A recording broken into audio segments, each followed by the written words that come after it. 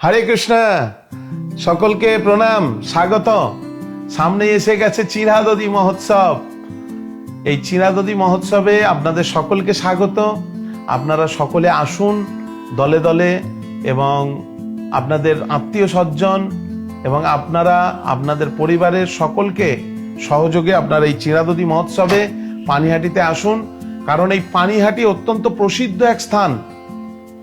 এই যে প্রসিদ্ধ স্থান কেন, নিত্যানন্দ প্রভু স্বয়ং রঘুনাথ দাস গোস্বামীকে দণ্ড দেওয়ার মাধ্যমে এই নিত্যানন্দ প্রভু স্বয়ং নিজে এই উৎসব চালু করেছিলেন।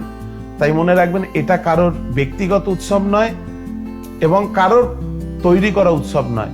স্বয়ং ভগবান নিত্যানন্দ প্রভু তিনি এই উৎসব চালু করেছিলেন এবং গৌড়ীয় বৈষ্ণবরা আজও পর্যন্ত সেই উৎসব চালিয়ে আসছেন এবং অতি সমারোহের সাথে প্রতি বছর উদযাপিত হচ্ছে। তাই এখানে বহু ভক্তের সমাগম হয়।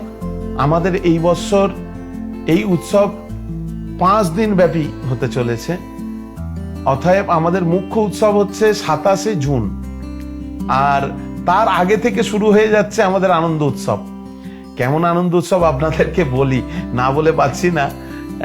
24 তারিখ হচ্ছে গঙ্গা পুজো, মা গঙ্গার আরতি হবে। যেহেতু গঙ্গা পুজো, স্বয়ং ধরতি থেকে গঙ্গা দেবী এই জগতে এসছেন, আর আমাদের মন্দিরটা ঠিক গঙ্গার পাশে। আপনারা দেখেছেন, গঙ্গার নিকটেই একদম আমাদের এই মন্দির।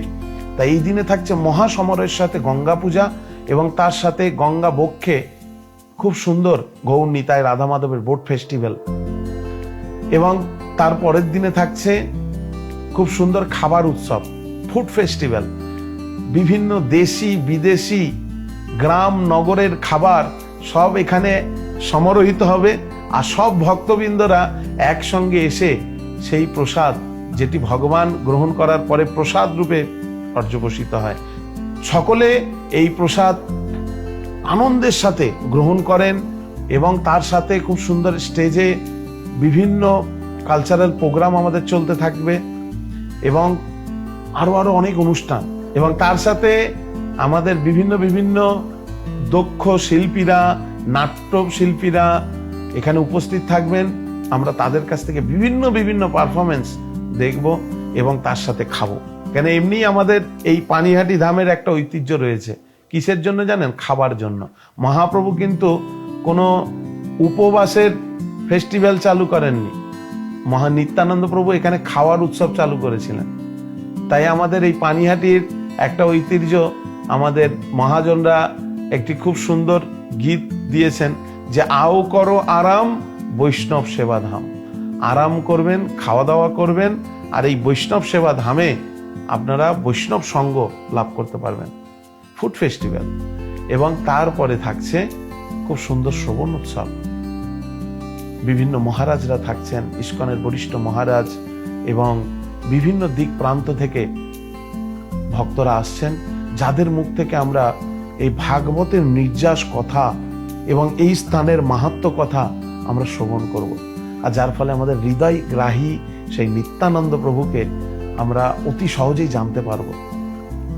তাই আসুন না, সকলে এই কথায় অংশগ্রহণ করি, আপনাদের খুব ভালো লাগবে। কিন্তু এই ভাগবত কথার মধ্যে খুব সুন্দর আরো পারফরমেন্স থাকছে, যেগুলো আপনারা কন্টিনিউ এখানে উপস্থিত থেকে দেখতে পারবেন।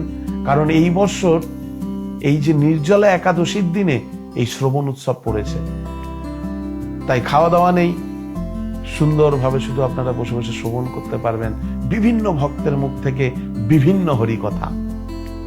এবং তারপরের দিনে থাকছে আমাদের মেন ফেস্টিভ্যাল, চিরাদধি মহোৎসব। নিত্যানন্দ প্রভু কোনো কিছু মাখতে হবে না, কোনো কিছু কিনতে হবে না, কোনো কিছু আগুন জ্বালাতে হবে না, শুধু চিরা, দই, দুধ, কলা সমস্ত কিছু একত্রিত করে, আর এখনকার আম একত্রিত করে মেখে ভক্ত সঙ্গে সমারোহের সহিত বিতরণ করা। আর আমাদের ইস্কন থেকে 50,000 ভক্তের আয়োজন করা হচ্ছে, এবং তার সাথে থাকছে সকলের জন্য পেট ভরে খিচুড়ি প্রসাদ। আপনারা ইস্কনের খিচুড়ি প্রসাদ তো জানেন, পেট ভরে সেই খিচুড়ি প্রসাদ খাওয়ার ব্যবস্থা থাকবে। আপনারা কেউ কোনো দ্বিধা করবেন না, সকলে চলে আসুন, কোনো খাবার চিন্তা নেই, কোনো আপনাদের অসুবিধা আশা করি নিত্যানন্দ প্রভুর কৃপা এখানে হবে না। তাই আমাদের ক্যাম্পাস থেকে 50,000 ভক্তের ব্যবস্থাপনা করা হচ্ছে এবং বহু ভক্ত, গতবারে প্রায় 35 থেকে 40,000 ভক্ত সমারোহ হয়েছিল। আমরা আশা করছি এই বছর প্রায় 50,000 লোক একসাথে সমারোহ হবে। তাই আমরা 50,000 ভক্তের এই আয়োজন সুন্দরভাবে করছি। তাই আপনারা প্রত্যেকে আত্মীয় স্বজন দলবল নিয়ে আসুন এই চিরাদুতি মহোৎসবে। আর তার সাথে থাকছে মহান মহান বিখ্যাত কীর্তনিয়া, মহান মহান ব্যক্তিত্ব, মহান মহান প্রবক্তা, মহান মহান নাট্যকারদের দ্বারা সুন্দর সুন্দর পারফরমেন্স। আমাদের মন্দির ক্যাম্পাসের ভিতরে সারা দিন এই প্রোগ্রাম চলতে থাকবে এবং সন্ধ্যা থেকে শুরু হবে কীর্তন সন্ধ্যা। এই কীর্তন সন্ধ্যা শুরু হয়ে আমাদের চিরাদই মহোৎসবের সমাপ্তি হবে, বিশ্রাম হবে এবং পরের দিনে থাকছে কীর্তন মেলা।